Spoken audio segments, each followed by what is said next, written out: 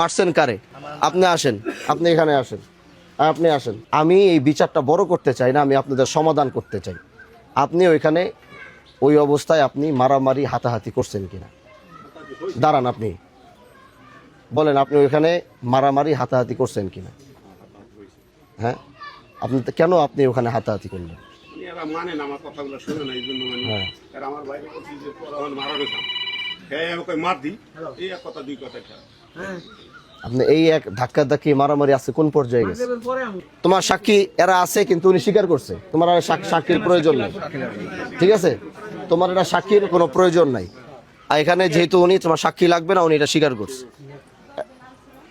না, আপনার লাগবে না 10 জন। উনি, আমি এইটাই চাইছি, আমার সাক্ষী দরকার নাই। যে অপরাধ করছে সে স্বীকার করুক যে আমি অপরাধ করছি। তাহলে এই অপরাধ যদি সে স্বীকার করে, তখন তার শাস্তিটা কি কিছুটা হইলেও হালকা হয়, নমনীয় হয়, কইমা যায়। এবার আপনি বলেন, আপনাকে আমি কি শাস্তি দিব? কি শাস্তি আপনি মানতে পারবেন বলেন? দাঁড়ান দাঁড়ান, বসেন না, দাঁড়ান।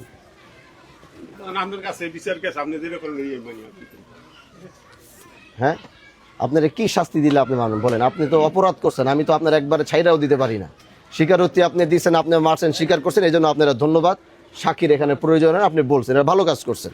এটা সমাজে সবার সামনে আপনি স্বীকার করছেন, এটা শাস্তি আপনার কিছুটা নমনীয় হয়েছে, কমে গেছে। এখন আপনি আমাকে বলেন যে আমি এখানে কি করতে পারি আপনার জন্য?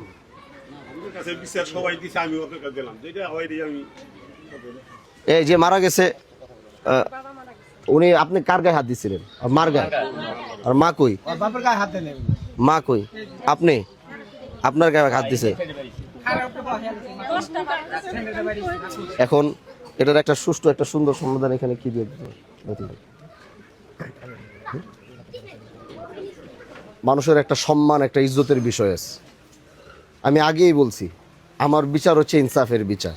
কারণ আমার বিচারের ভিতরে কোনো ধরনের কোনো অন্যায় ছিল না। এবং এক পয়সা গত 1.5 বছর বিচার করছি, এক পয়সা কেউ বলতে পারবে না যে আমার বিচার ব্যবস্থার ভিতরে কেউ এক পয়সা কেউ দিতে পারছে।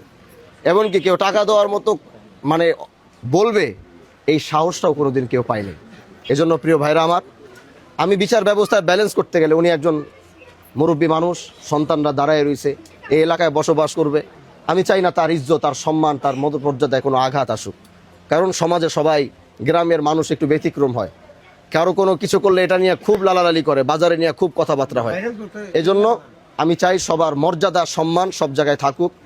এজন্য আজকের এই বিচার ব্যবস্থার ভিতরে আমি যে ফায়সালা করব, সেই ফায়সালা উভয় পক্ষ আপনাদের মানার মতো সেই হিম্মত আছে?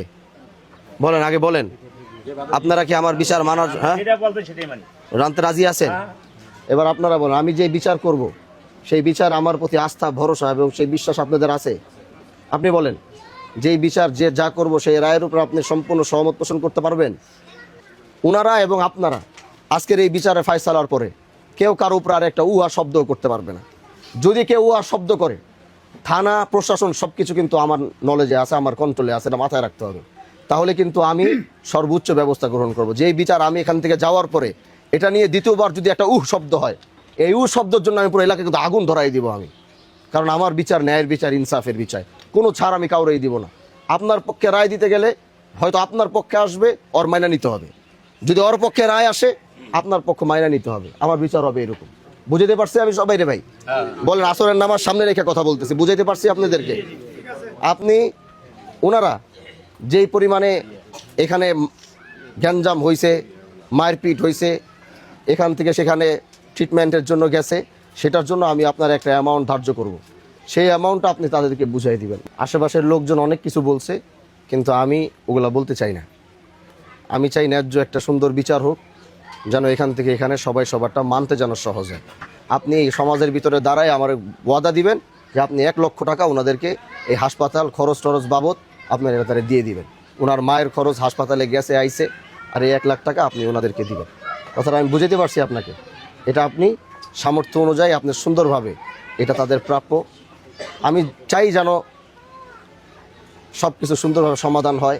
এরাও হারাই যে মহিলা বারবার তার আপনি তার স্বামীকে হাত দেন নাই, ওনারে মারছেন, ঠিক আছে, বারবার একই কথা বলতেছে। তো এই কষ্টটা যেন কারোর ভিতরে আর যেন কোনোভাবে না থাকে। মারছেন কারে? আপনি আসেন, আপনি এখানে আসেন, আপনি আসেন। পোলাপানের দিকে তাকায়া নিজেদের আগামী ভবিষ্যতের দিকে তাকায়া আপনি মুরব্বী মানুষ, আল্লাহ আপনার নেক হায়াত দুক, দোয়া করি আপনি মন থেকে তাকে মাফ করে দিয়ে, নাহলে এরা জীবনে কিছু করতে পারবেন না আপনাদের মুরব্বী বড় দোয়া থাকলে। আচ্ছা ওটি বাদ, ওটি বাদ, ওটি বাদ। আচ্ছা এখন আপনারা সবাই সবার জায়গায় নিরাপদ থাকবেন, সব দিক কি করা লাগবে মন থেকে তারা মাফ করে দিয়ে, ঠিক আছে? হ্যাঁ কি কিছু বুঝছেন? ঠিক আছে। আপনার স্বপ্নগুলো আকাশ ছুবে প্রবাসীর হেলিকপ্টারের মাধ্যমে। বিয়ে, জন্মদিন অথবা যে কোনো বিশেষ প্রয়োজনে হেলিকপ্টার ভাড়া করতে যোগাযোগ করুন স্ক্রিনে দেয়া নাম্বারে। প্রবাসীর হেলিকপ্টার, নিরাপদ ও সাশ্রয়ী বাহনের বিশ্বস্ত নাম।